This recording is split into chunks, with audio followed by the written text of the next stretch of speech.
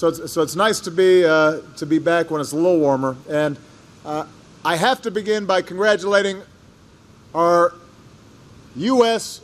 soccer team, Team USA, for advancing next round of the World Cup. USA.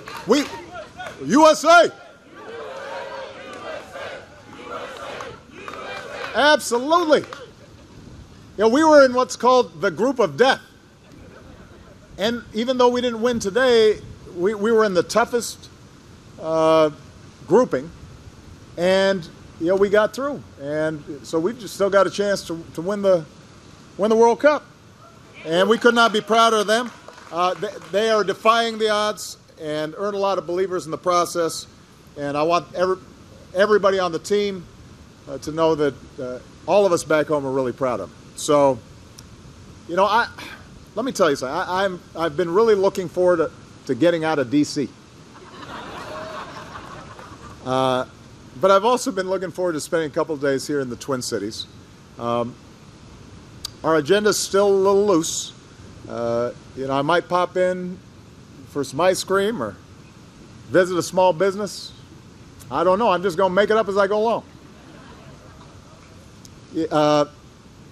With Secret Service, I always tease them. You know, I'm like a caged bear, and every once in a while I break loose, and I'm feeling super loose today.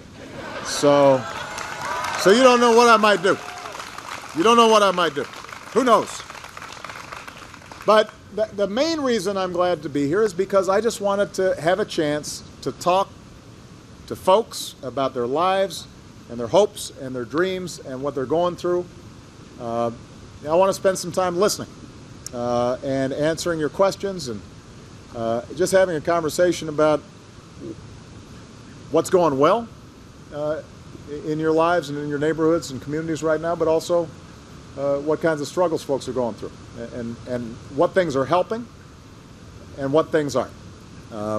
Now, before I do, I just want to mention our governor, Mark Dayton, is here. And Mark gave me an update on the flooding that's been going on all across the state. And I know some folks here are probably affected by it as well. We made sure that FEMA is already on the ground here. The Army Corps of Engineers is helping to build up a levee in Warroad. I told the governor that we will be there as we get some clarity about the damage and what needs to be done. And you should feel confident that you're going to have a strong partner in FEMA and the federal government in the process of cleaning up. And you can also feel confident because if we didn't help out, then I'd have Mayor Coleman and Mayor Hodges and Congressman Keith Ellison give me a hard time. So they're going to hold me to it. They do a great job on behalf of their constituents every day.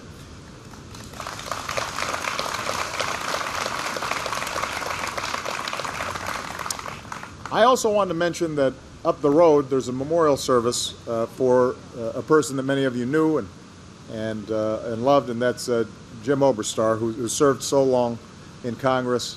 I had a chance to know Jim. You know, we overlapped before he came back home. He was a good man. He was a good public servant. He was somebody who never forgot the folks in the Iron Range that he was fighting for. And in a lot of ways, what he represented was a time when folks went to Washington, but they understood that they were working on behalf of hardworking middle-class families and people who were trying to get into the middle class. And that fight continues. We've made progress. And the one thing that I always remind people of is on just about every economic measure, we are significantly better off than we were when I came into office. Unemployment is down. The deficits have been cut in half. Housing markets improved. 401ks have gotten more solid. The number of people who are uninsured are down. Our exports are up. Our energy production is up. So in the aggregate, when you look at the country as a whole, by pretty much every measure, the economy is doing better than it was when I came into office, and in most cases, significantly better. We've created now 9.4 million new jobs over the last 51 months.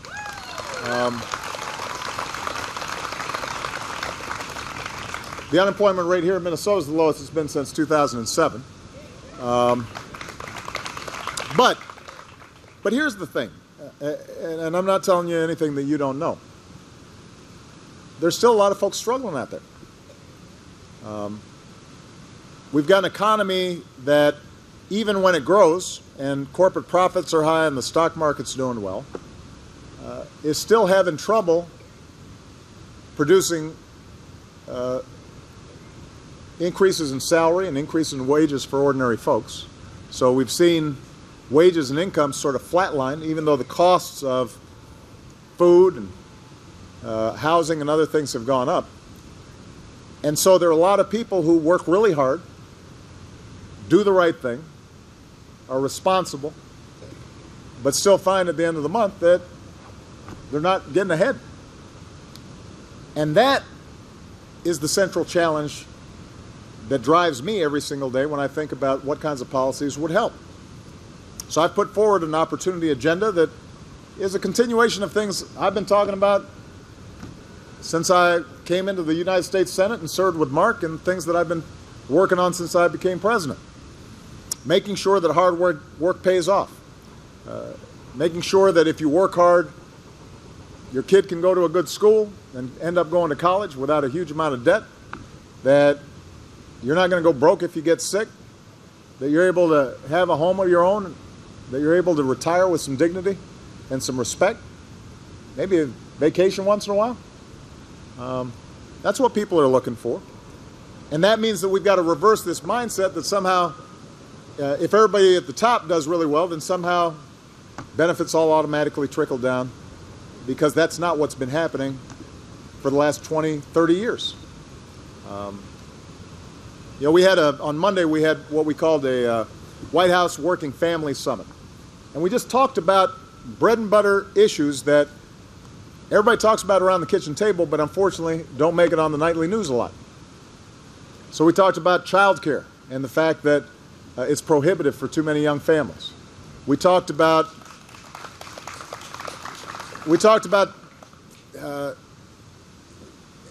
paid family leave, so that if a child was sick or a parent was sick, that you could actually go help and take care of them, which is, by the way, what every other developed country does. We're the only one that doesn't have it. We talked about workplace flexibility, so that if you want to go to a parent-teacher conference with your family or for your kid or a school play, that you could balance that. And in fact, those companies we discovered at the summit who provide that kind of flexibility usually have more productive workers, harder working workers, more loyal workers, lower turnover, and the companies end up being more profitable. We talked about increasing the minimum wage, which would benefit millions of people all across the country. We talked about equal pay for equal work, because I want my daughters getting paid the same as men do. All of these things are achievable. But we've got to make Washington work for you, not for special interests, not for lobbyists. We don't need a politics that's playing to some, the most fringe elements of politics. We just need folks who are having a common sense conversation about what's happening in your lives and how can we help. And then trying to take some concrete action that makes a difference. So that's what I want to talk about, and I'm hoping that some people in Washington are going to be listening. Some of them will be, and they'll probably be saying I'm crazy or a socialist or something, but hopefully hearing from you, some of this stuff will sink in. All right? So with that, I'm just going to take some questions. I got my little hot tea here to make sure I don't lose my voice. And I think we've got microphones in the audience. And I'm just going to call on folks. The only rule I've got is when I call on you, you've got to wait for the microphone, introduce yourself, if you keep your question relatively short, I'll try to keep my answers relatively short. And I'm going to go boy, girl to make sure it's fair. All right? All right. Let's start off. All right, who wants to go first? This young lady right here. Tell me your name. Hello, I'm Cheryl Hill. Hey, Cheryl. And I admire you so much in your office for the support we've received. I'm the founder of Clear Cause. I work to protect our students abroad. I support hundreds of students who work their way up through college, our best and our brightest, are not well protected by any surveillance or laws. They are robbed, raped, starved, abandoned, and killed. I'm here because of my son, Tyler Hill. Well, so this is like exchange programs or study abroad programs? You know, generally, the study abroad programs are coordinated by the universities and colleges that sponsor them. There should be interaction between those educational institutions and the State Department. There are obviously some countries that are particularly dangerous, and in those cases, I think making sure that everybody has good information going in is important. Tragedies happen when folks travel overseas. Unfortunately, tragedies happen here as well.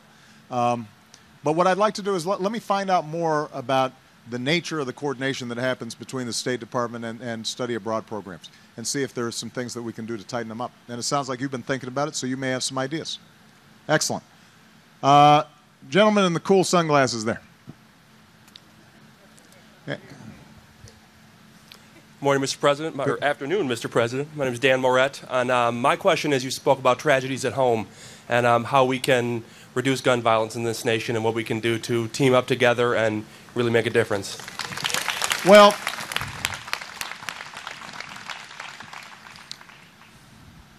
on my way over here, I was talking to a mom that I had lunch with, who's wonderful, by the way, and she's here, but I'm not going to embarrass her. And she's got a couple of young sons. And we talked about a whole bunch of issues. The cost of child care, the fact that wages don't go up to meet the cost of living. But one thing she talked about was Newtown, and I described how the day that Sandy Hook happened was probably the worst day of my presidency. And meeting those families just a couple days after they lost these beautiful 6-year-olds, 20 of them. And then some of the parents or some of the teachers and administrators who had been affected as well. I was sure after that happened, there's no way that Congress isn't going to do some common sense stuff.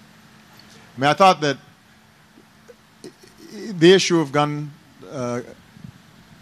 safety and common sense legislation has been controversial for some time, but I thought that was going to be a breakthrough moment. The fact that it wasn't was probably the most disappointing moment that I've had with Congress. What we've done is we've developed 24 executive actions, things that were in our power to really try to tighten tracking where guns go, making sure that we're sifting through and separating out responsible gun owners from folks who really shouldn't be having a weapon. So we've probably made some progress. We've probably saved a few lives. But I will tell you, this is the only advanced country that tolerates something like this. We have what's basically a mass shooting, it seems like, happening once every couple weeks. Kids on college campuses, kids at home. And we're not going to be able to eliminate all of that violence, and there's a strong tradition of gun ownership, and they're wonderful folks who are sportsmen and hunters, and I respect all that. But we should be able to take some basic common sense steps that are, by the way, supported by most responsible gun owners, like having background checks so you can't just walk into a store and buy a semi-automatic.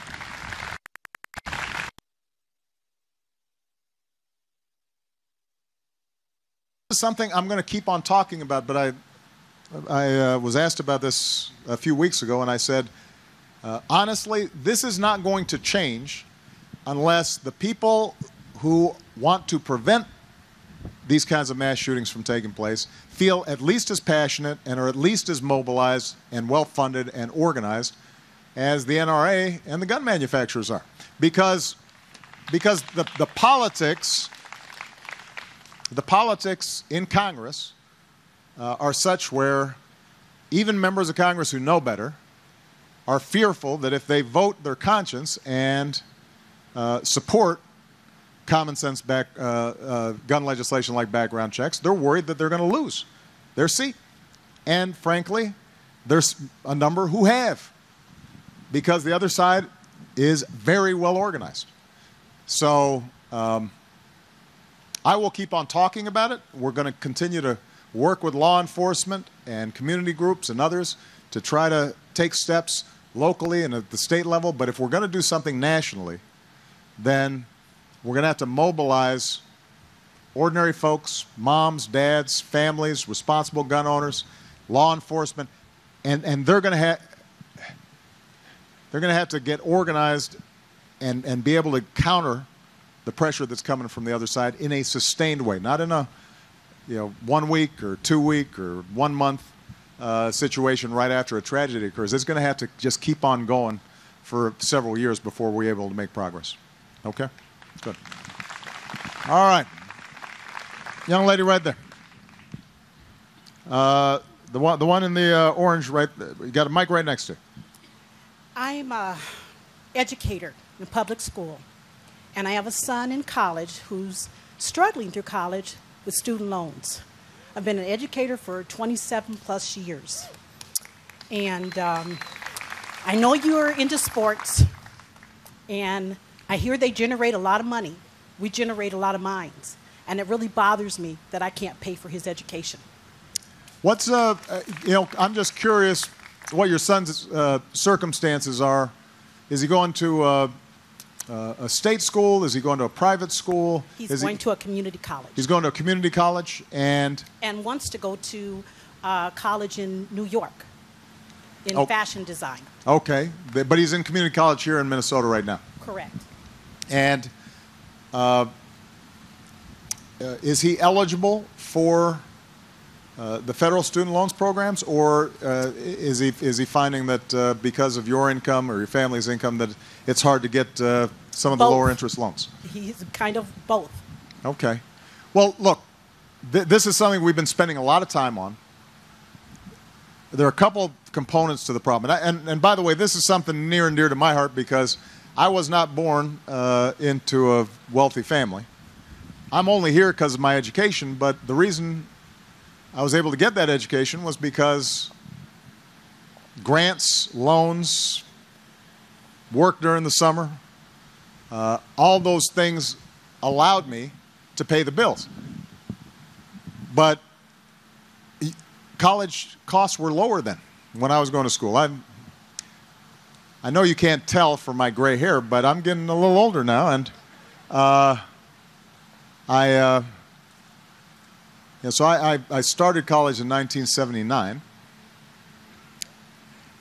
and when I graduated, I was able to get a 4-year college education. I had some debt, but I could pay it off after 1 year. Now the average student that does have debt is seeing $30,000 worth of debt. And even if they're able to take out loans, that's a burden that they're carrying with them in their first job. It may prevent them from buying their first home. If they've got a business idea, that's money that is going to take them a while before they're able to start a business. And as a consequence, it affects the whole economy. Now, it is really important just to remind everybody, a college education is still a great investment as long as you graduate. As long as you graduate. So when you go into college, you got to be determined, I'm going to graduate. It's a great investment. but it's not a great investment if you take out $20,000 worth of debt and you don't graduate. You don't get the degree. Which is why we're spending a lot of time talking to colleges about what are you doing to retain students. But the things that we need to do are, number one, try to keep costs of student loans down. We've been working with colleges and universities, telling them if the federal government's going to help subsidize your universities essentially with the student loan program, you need to show us that you are informing students ahead of time how much they're going to owe, that you are describing for them what their repayment plans would be, that you are keeping tuition low, and that you're graduating folks at a high rate.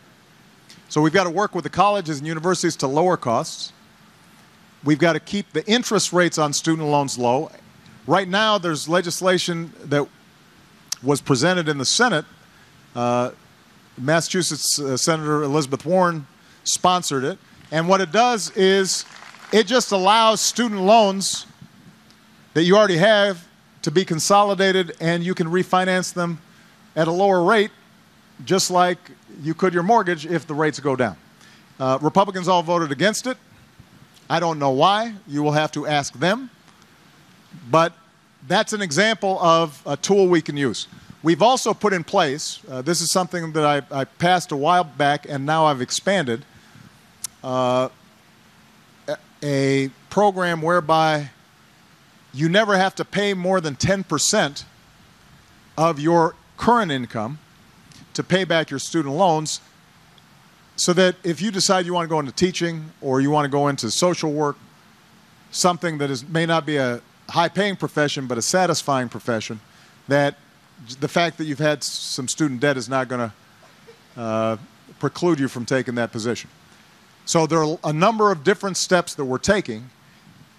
I will tell you, though, in addition to what we do at the federal level, you're going to need to talk to your state legislators. Part of the reason that tuition has gone up is because state legislatures across the country have consistently lowered the support that they provide public universities and community colleges, and then the community colleges and the public universities feel obliged to increase tuition rates, and that obviously adds the burden to students. The bottom line is your son's doing the right thing. The fact that he's starting at a community college will save him money even if he wants to graduate from a four-year institution eventually. It'll still be a good investment, so he should shop around, get the right information. We're going to do everything we can to make sure that we keep it as affordable as possible. And I'm sure he's going to do wonderfully, and then he's going to look after his mom. All right. Okay, it's a guy's turn. This gentleman right here.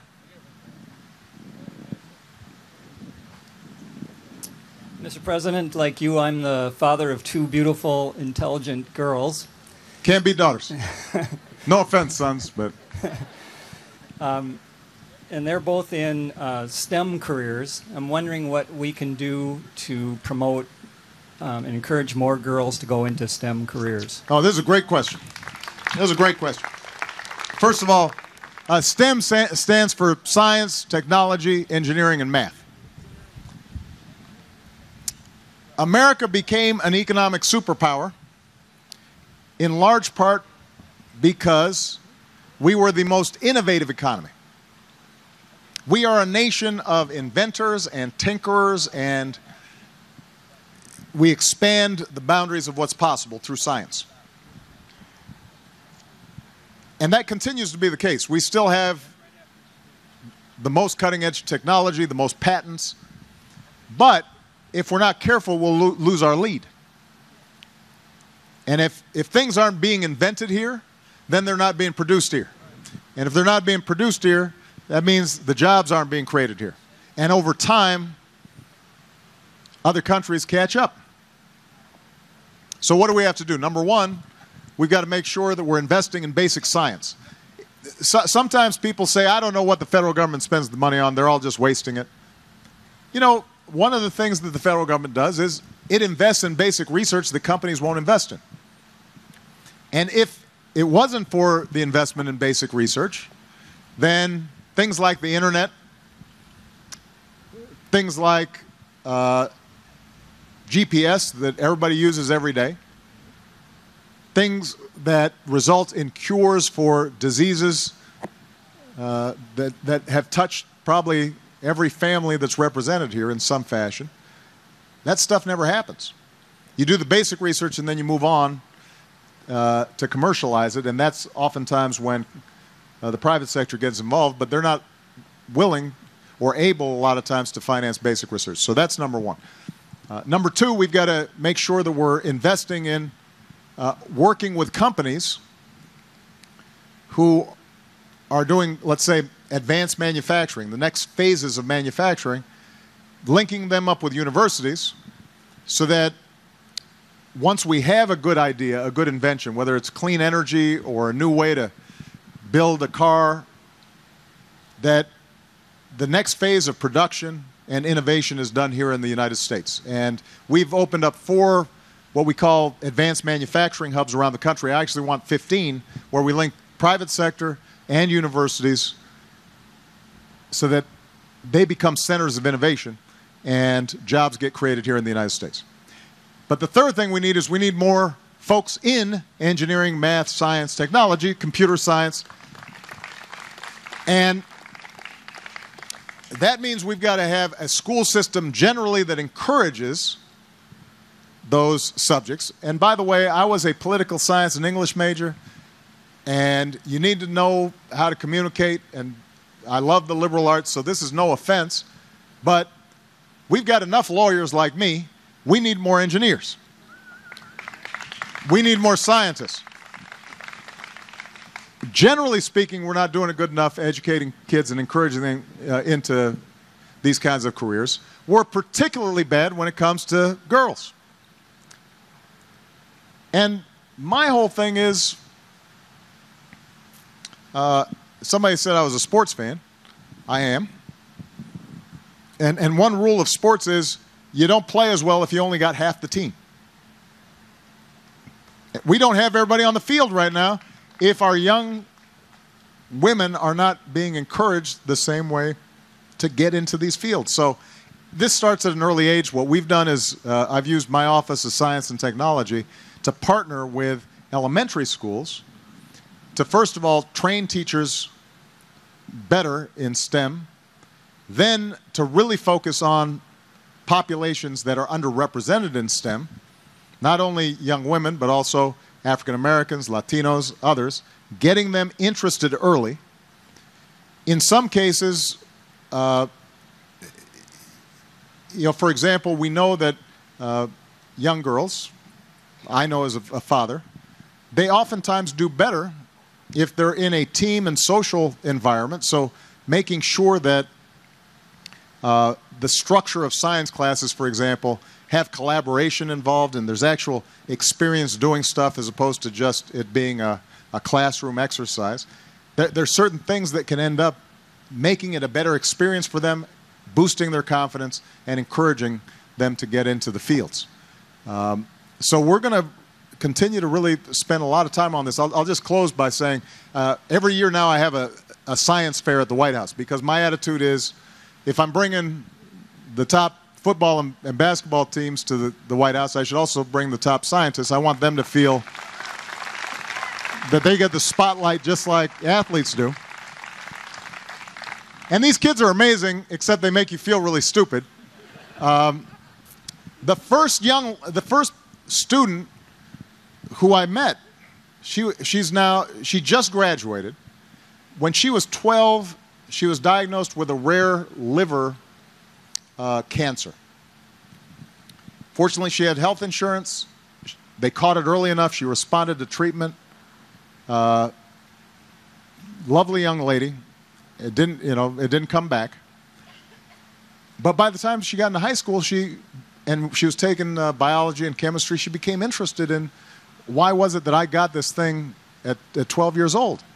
So she talks to her teachers, and she designs a study where she goes to the surgeon who took out the cancer from her liver, takes samples, identifies the genetic profile and the chromosomes that might have led to this particular kind of cancer, writes up the research in Science magazine, and now has a scholarship to Harvard to pursue her interest in biomedicine.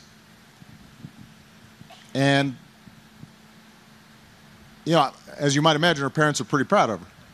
I was really proud of her, but it gives you a sense of the possibilities for young people and young women if somebody is sparking that interest in them and telling them this is something that they can do and they should pursue their interests. All right. Okay. Young lady right here in the yellow.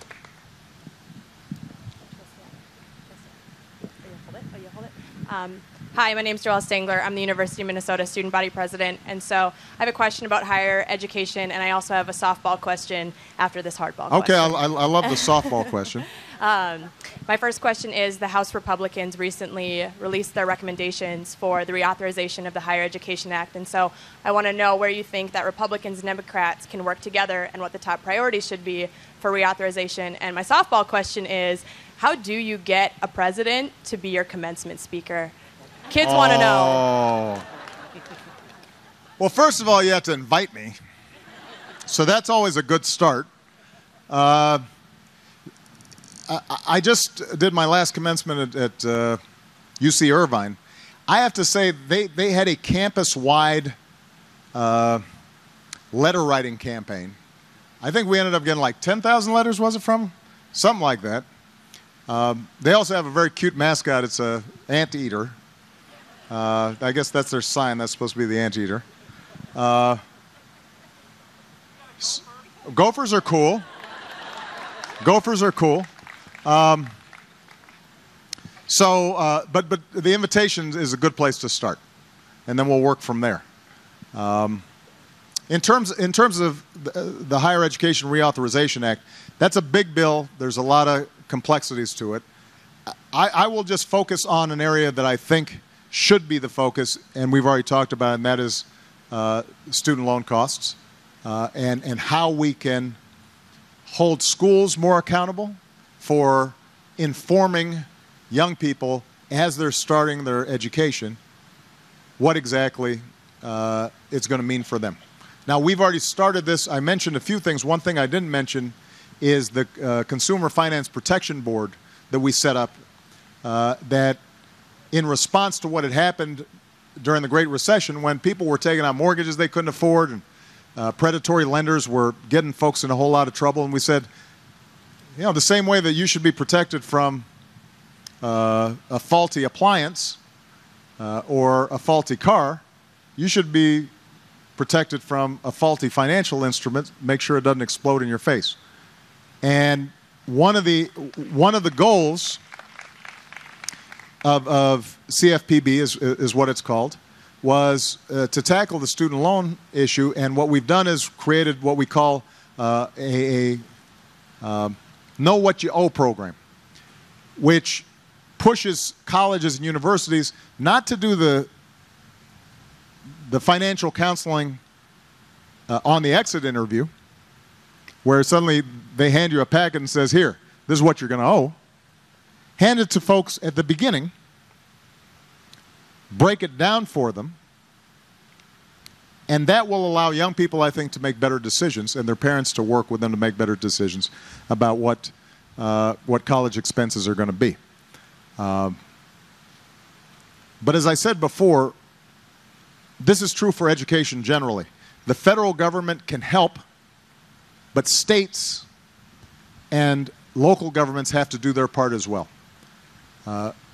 In public education, the federal government accounts for about 7% of total costs. The rest of it comes from state and local taxes. And what we've tried to do is leverage the little bit of money that the federal government gives to this to modify to incentivize reform and to get folks to experiment with new ways of learning. For example, can we use online classes more effectively to help keep college costs down? Can we get more high school students to get transferable college credits while they're in high school so that they can maybe graduate in 3 years instead of 2? we're trying to encourage folks to experiment in those ways. All of that, we hope, can get embodied in the Higher Education Act. I will tell you, sometimes if I'm for it, then the other side's against it, even if originally it was their idea. So I can't guarantee you that we'll get bipartisan support for these ideas, but there's nothing that should prevent us from doing it, because this is just about making a college education a better value for families. And that's something that should transcend party. It shouldn't be a Democrat or a Republican issue. Okay? All right. Gentleman right here in the uniform. All right, good afternoon, Mr. President. Good afternoon. My name is John Martinez. I'm a recent EMT graduate from the Freedom House EMS Academy in St. Paul. Okay, there you go. Currently, I'm teaching at the academy, and I just got hired at Alina. I applied for St. Paul Fire.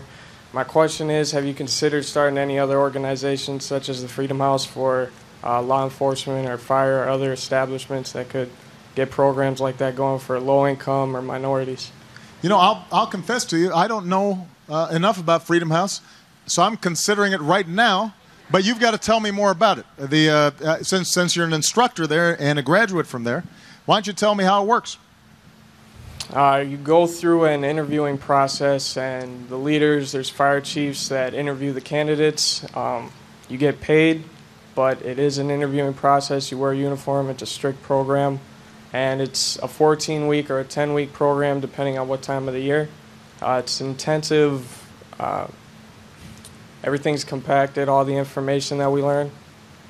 And you learn skills, all the skills that you need to be an EMT.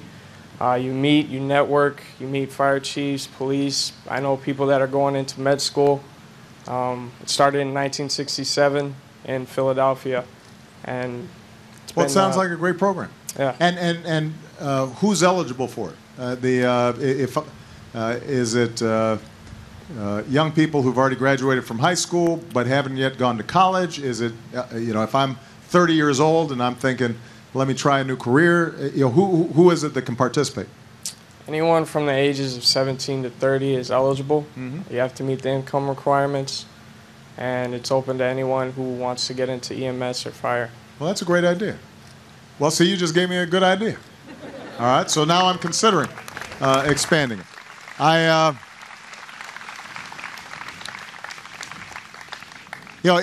It's a good example, though, of a broader issue, which is, not everybody's going to go to a 4-year university, but everybody's going to need some advanced training. And so the question is, how do we set up systems, whether it's apprenticeships, whether it's programs like Freedom House that you just described, whether it's through the community colleges, where whatever stage in your life, if you feel as if you're stuck in your existing occupation, you want to do better, or you lose your job and you've got to transition to a new industry, that you are able to get training that fits you, understanding that for a lot of folks, they may be working at the same time as they are looking after their kids. And so there's got to be some flexibility. The programs have to be more compact. Most importantly, they have to be job training programs or technical programs that actually produce the skills you need to get jobs that are there. And so what we've been trying to do is to, which seems like common sense, but unfortunately for a long time wasn't done, going to the businesses first that are hiring and ask them, well, what exactly are you looking for? And why don't you work with the community college? Or why don't you work with the nonprofit to help design the actual training program so that you'll have the benefit of knowing if somebody's gone through the program, they're prepared for the job. Conversely, the person who's going through the training program, they know if they complete it, that there's a job at the other end. And that's how we're actually trying to redesign a lot of the job training programs that are out there. But as I said before, you've also got to make sure that you structure it so that a working mom who can't afford to just quit her job and go to school. Maybe she's a waitress right now. She's interested in being a nurse's assistant that has slightly better pay and benefits, and then wants to become a nurse. That she has the opportunity to work around her schedule, make sure that we've got the ability to take classes at night or on weekends or online. That's how in the future we're going to have to redesign a lot of this stuff, getting away from thinking that all the training that's going to take place is just for 18 and 19-year-olds who are got all day and are supported by their parents, because that's not the model that our economy is going to be in for the foreseeable future. Okay? Young lady. Yeah, in the stripes.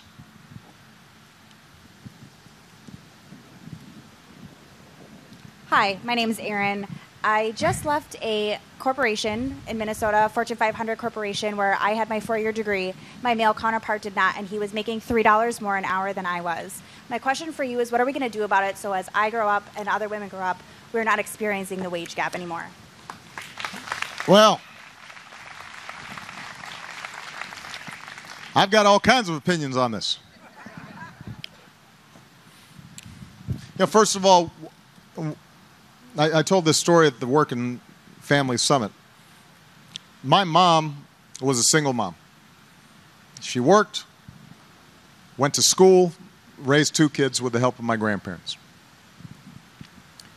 And I remember what it was like for her. Coming home, she's dead tired. She's trying to fix a healthy meal for me and my sister, which meant there were only really like 5 things in the rotation, because she didn't have time to be, practicing with a whole bunch of stuff. And sometimes, because you're a kid, you're stupid, so you're all like, I don't want to eat that again. And she's like, really? What did you make?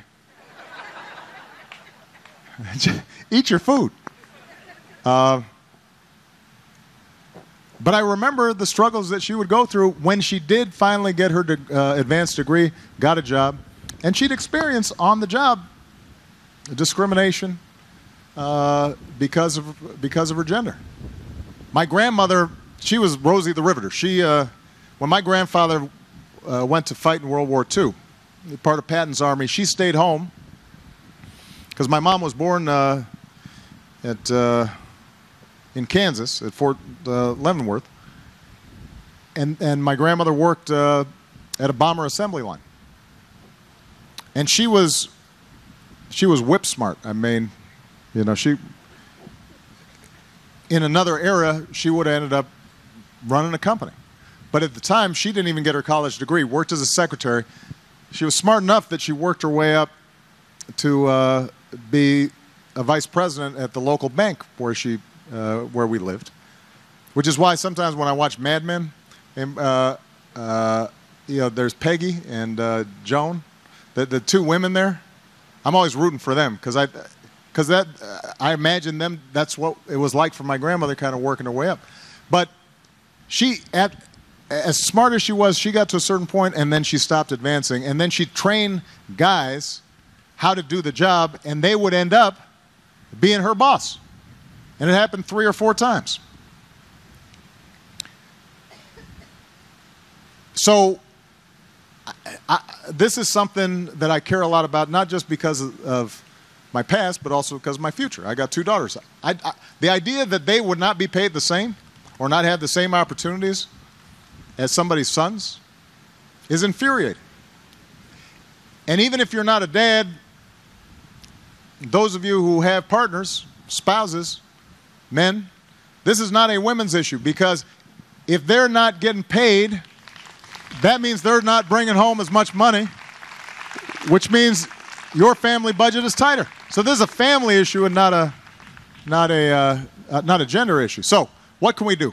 First bill I signed was something called the Lilly Ledbetter Act that allowed folks to sue if they found out that they had been discriminated against like you found out. Back then, Lily Ledbetter, this wonderful woman, she had been paid less than her male counterparts for the same job for over a decade. When she finally finds out, she sues, and the Supreme Court says, well, the statute of limitations has run out. You can't sue for all that back pay. She says, well, I just found out. Well, that doesn't matter. So we reversed that law, allowing people to sue based on when you find out. Most recently, what I did was we made it against the law, at least for federal contractors, to retaliate against employees for sharing job or salary information.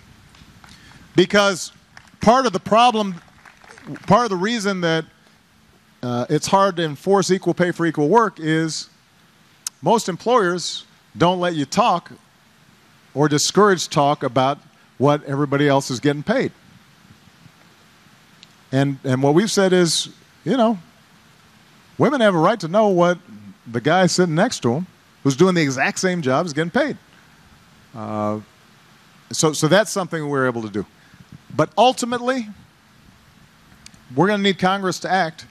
There have been repeated efforts at us, by us, to get what we call the Paycheck Fairness Act through Congress, and Republicans have blocked it. Some have denied that it's a problem. What they've said is, you know what, women make different choices. That explains the wage gap. That's the reason that women on average make 77 cents to every dollar their man earns, is because they're making different choices. Well, first of all, that's not true in your case, because you were doing the same job. You didn't make a different choice. You just were getting paid less.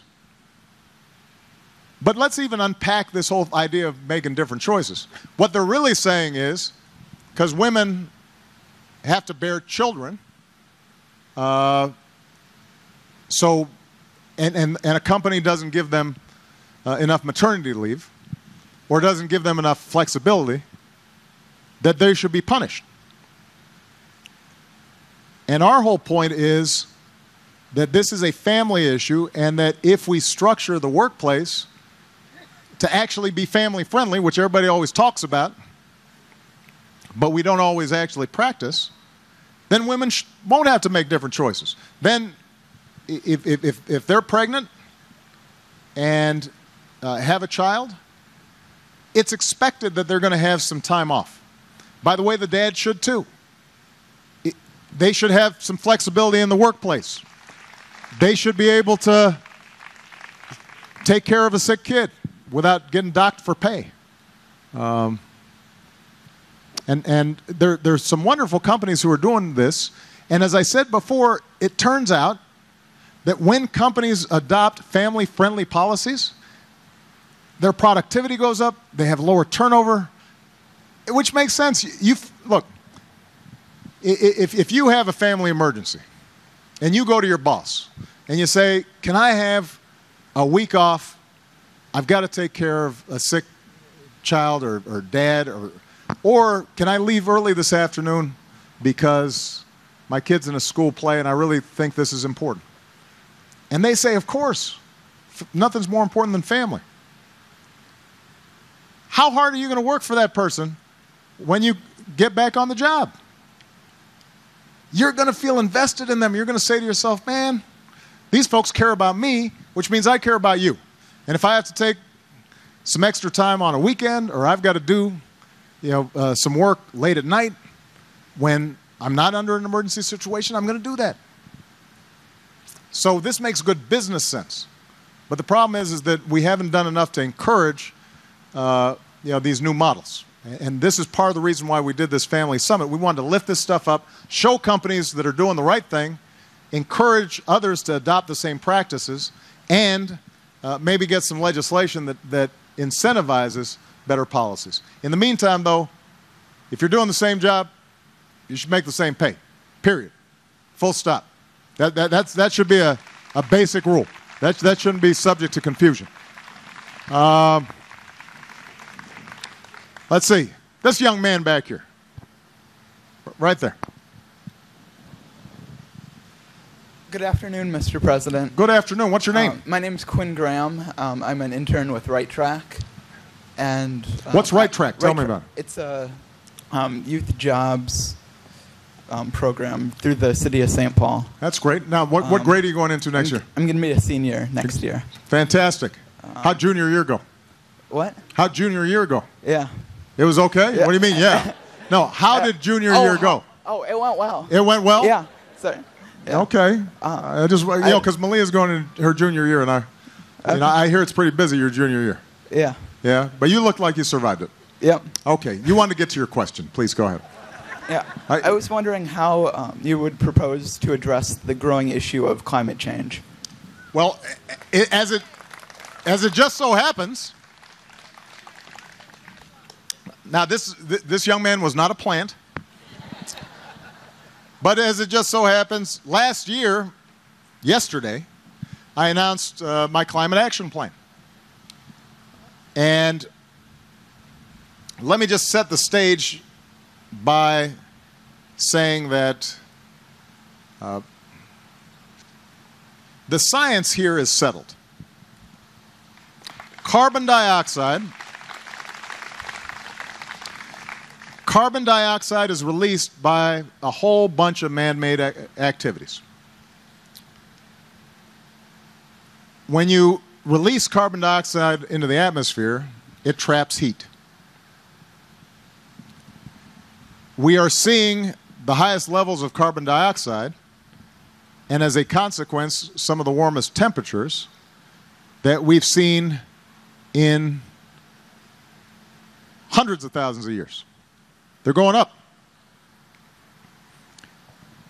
And this is not just a problem of polar bears, although I really like polar bears, and the ice caps melting. What happens is that when temperatures on average go up, it throws weather patterns into a whole bunch of different directions. So it may mean that snow caps on mountains diminish. And out west, entire states get their water from snow caps. If you're not getting the same amount of water, you now have the potential for more severe drought. Agriculture is impacted, which means your food bills go up. California is going through the worst drought it's gone through in a very, very long time. That raises the price of all the fruits and vegetables that are grown in California, so it hits you in your pocketbook. Wildfires may increase, and in fact, we've seen record wildfires. We're having to spend more money fighting fires now than we ever have. It makes hurricanes potentially more frequent and potentially more powerful. So Hurricane Sandy may not be as unusual as it used to be. You see higher incidence of flooding. Coastal states like Florida, there are neighborhoods where now every time there's a high tide, there's a flood in these neighborhoods. And the problem is it's getting worse because as folks in China and India and other places decide they want to have cars too, and they want to have electricity and the things that we've got, they start building more power plants and they start driving more, and all of that adds to more carbon dioxide, and it starts compounding. So this is something we have to deal with. Now the good news is there are things we can do. So we doubled fuel efficiency standards on cars. By the middle of the next decade, cars and trucks are going to go twice as far on a gallon of gas. That's going to save you money in your pocketbook, but it's also taken carbon dioxide out of the atmosphere. We've invested in clean energy. Since I came into office, we're producing 3 times as much energy through wind power, and we're producing about 10 times as much energy through solar power, and we're creating jobs here in the United States, folks installing wind turbines and solar panels. So it's good economics, and it's also good for the environment. Most recently, what I've done is I've said about 40% of the carbon that we emit comes from power plants. So what we've said is, through the Environmental Protection Agency, we're going to set standards. We set standards for the amount of mercury and arsenic and sulfur that's pumped out by factories and power plants into our air and our water. Right now, we don't have a cap on the amount of carbon pollution. So we said we're going to cap it. And we're going to let states work with their private sector and local governments to come up with what's going to be best for them. Not every state's going to do the same thing. Nevada might emphasize solar power. South Dakota might emphasize wind power. Whatever it is that you're going to do, you've got to start bringing down your carbon pollution. Now, this has some controversy. Oil companies, not wild about it. Coal companies, not crazy about it. These traditional sources of fuel, fossil fuels, we're going to use for a while, but we can't just keep on using them forever. We've got to develop new ways of producing energy so that your generation isn't seeing a planet that is starting to break down with all the costs associated with it. Last point I'll make. One of the benefits of asking power plants to produce energy that's cleaner is that when they control their carbon dioxide, they're also putting less soot in the air. They're also putting less particulates in the air. And what that means is your child is less likely to get asthma. And those with respiratory diseases are less likely to be impacted. So it has a public health effect that is good as well. We can have an environment that is cleaner, that is healthy for us, and at the same time develop entire new industries in clean energy. But we're going to have to get started now. And that's why, despite some of the pushback from some of the special interests out there, we're going to just keep on going at this because we don't have a choice. This is something that we're going to have to tackle during this generation to make sure we're giving a good future for the next generation. All right? Great question. Last question. Last question. This young lady in the pink. Go ahead. Good afternoon, Mr. President. Good afternoon. My name is Katie Peterson, and my coworker here and friend, we've been working for the federal government for almost 29 years, and we feel really privileged that we've been able to serve that way. Where do you work? For Defense Contract Management Agency. Excellent. And but, you know, it's been a great career, and we love it. But lately, as you know, there's been a few rough patches with 3 years of pay freeze and sequestration and furloughs.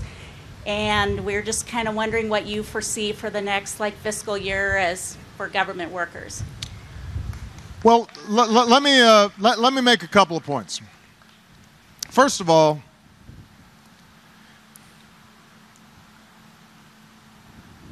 folks in the federal government, the overwhelming majority, they work really hard doing really important stuff. And I don't know why it is that, I don't know when it was that somehow working for government, whether at the state or local or federal level, somehow became not a real job. You know, when you listen to some of the Republican rhetoric sometimes, you think, well, this is really important work that we depend on. We've got floods right here, right now. The federal government's coming in, and it's going to be working with local communities that are overwhelmed to try to make sure that people get help rebuilding. Those are federal workers. If they weren't around after a tornado or a hurricane, communities would be in a world of hurt. When you check the weather, even on your smartphone, that information didn't just come from some Silicon Valley office. That came from the National Weather Service.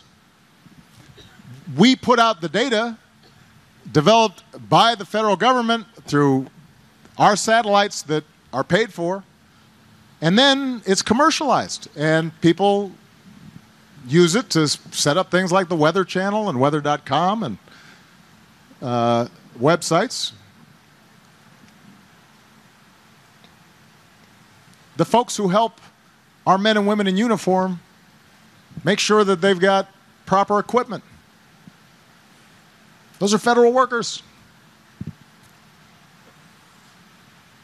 Fighting fires. A lot of times those are federal workers in the Forest Service. So it frustrates me when I hear people acting as if somebody who's working for the federal government somehow is less than somebody working in the private sector. If they're doing a good job and carrying out an important function, we should praise them. The same is true, by the way, at the local level. Same is true at the local level. Yeah. I don't know a job more important than teaching. Those are all government workers. In fact, one of the biggest problems we had in coming out of this recession, in addition to it being the worst recession since the Great Depression, was that states and local governments were cutting back on their hiring at an unprecedented rate. We still haven't seen state and local government hiring get back to where it was back in 2007, 2008. If we hadn't lost so many teachers and teachers' aides in a lot of communities, the unemployment rate would be much lower and the economy would be much stronger. So I say all this just to make a general point, which is historically, it's been the private sector that drove the economy, but it was also a whole bunch of really great work done by agricultural extension workers and engineers at NASA and researchers at our labs that helped to create the platform and the wealth that we enjoy. And so this whole idea that somehow government's the enemy or the problem is just not true. Now, are there programs that the government does that are a waste of money or aren't working as well as there should be? Of course. But I tell you, if you work in any company in America, big company, you know, you'll find some things that they're doing that aren't all that efficient either. Are there some federal workers who do boneheaded things? Absolutely. I remember the first week I was on the job, I talked to my defense secretary, Bob Gates, who's older and had been there a long time. I said, do you have any advice for me, Bob? He says, one thing you should know, Mr. President, is that at any given moment, on any given day, somebody in the federal government's screwing up. Which is true because there are 2 million employees. Somebody out there, if 99% of the folks are doing the right thing and only 1% aren't, that's still a lot of people. So my job as president, working with Congress, is to make sure taxpayer dollars are spent wisely and efficiently. We shouldn't be wasting a dime. And where we see waste, where we see things not working the way they should, like recently, these long waits for folks trying to get in the VA healthcare program, we've got to crack down and we've got to reform it. But we can't paint in a broad brush and just say somehow stuff's not working, because even in the VA healthcare system, once people get in, the quality of care, the satisfaction rates for customers are actually better than in private sector healthcare. So we can't generalize like this. Now, last point I'll make, going to your question.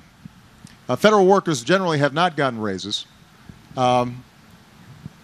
And you remember during the government shutdown, they were getting pressed, having to pay bills like everybody else, but not having a paycheck coming in.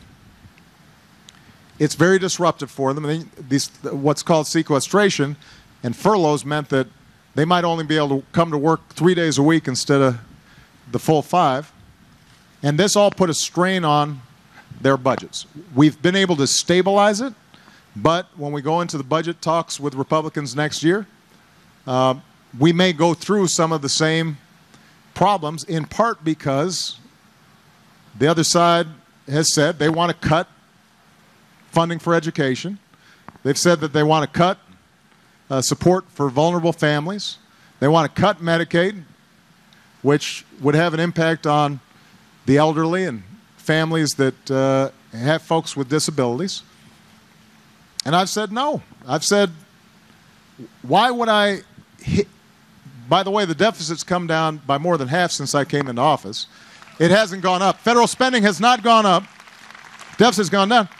And if we want to do more to reduce the deficit further, why am I going to take it out on the most vulnerable in our society and programs we need to grow when we've got a tax system where you've got corporations taking advantage of loopholes?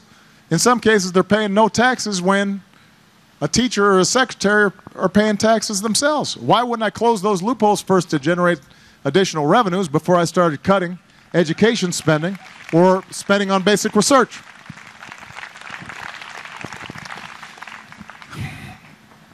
It'll be a tough negotiation just because everything's a tough negotiation in Washington right now. Which I guess brings me just to my last point.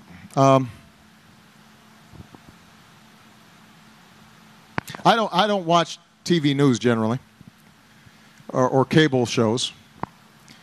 But I suspect if you're out here and going to work and picking up your kids and taking them to soccer, or at night sitting there paying the bills, and you just turn on the TV, sometimes it must feel kind of discouraging because it doesn't feel like what's being talked about in Washington has anything to do with what's going on in your lives day to day. And it must feel as if sometimes you're just forgotten. And sometimes the news that's being reported on is really important. I mean, what's happening in Iraq is relevant. We got to pay attention to the threats that are emanating from the chaos in the Middle East. Although I want to be very clear, we're not sending combat troops into Iraq because we've done that, and we've given them an opportunity, and they're going to have to contribute to solving their own problems here. Although we'll protect our people and we'll make sure that we're going after terrorists who could do us harm. But sometimes the news that's coming off is these are just Washington fights. They're fabricated issues, they're phony scandals that are generated. It's all geared towards the next election or ginning up a base. It's not on the level. And that must feel frustrating. And it makes people cynical, and it makes people turned off from the idea that anything can get done. And if I've got one message today, it's the same message that I gave to that young mom that I mentioned, who I had lunch with before I came here, who wrote me a letter just talking about how she'd done everything right, her and her husband, and she's working hard and raising 2 beautiful kids, and she has a great life, but it's a struggle, and wondering if anybody in Washington knows it. You know, what I told her is the same thing I want to tell all of you, which is, I know it. You're the reason I ran for office. No, I'm not looking for applause. I want to make this point. I grew up not in tough circumstances, but I was you guys. You know, somebody out here is going through what my mom went through. Somebody out here is going through what my grandma went through. Somebody out here is going through what Michelle and I went through when we were first married and our kids were first born. It's not like I forget. That was just 20 years ago that we were trying to figure out how to buy our first home. It was just 10 years ago when we finished off paying our student loans. You guys are the reason I ran. You're who I'm thinking about every single day. And just because it's not reported in the news, I don't want you to think that I'm not fighting for you. And I'm not always going to get it done as fast as I want, because right now we got a Congress that's dysfunctional. I'll be honest with you, you got a party on the other side whose only rationale, motivation seems to be opposing me. But despite all that, we're making progress. Despite all that, some folks have health care that didn't have it before. Despite all that, some students are able to afford their education better. Despite all that, some folks have jobs that didn't have it. Despite all that, the Green Line got built here in Minnesota. Despite all that,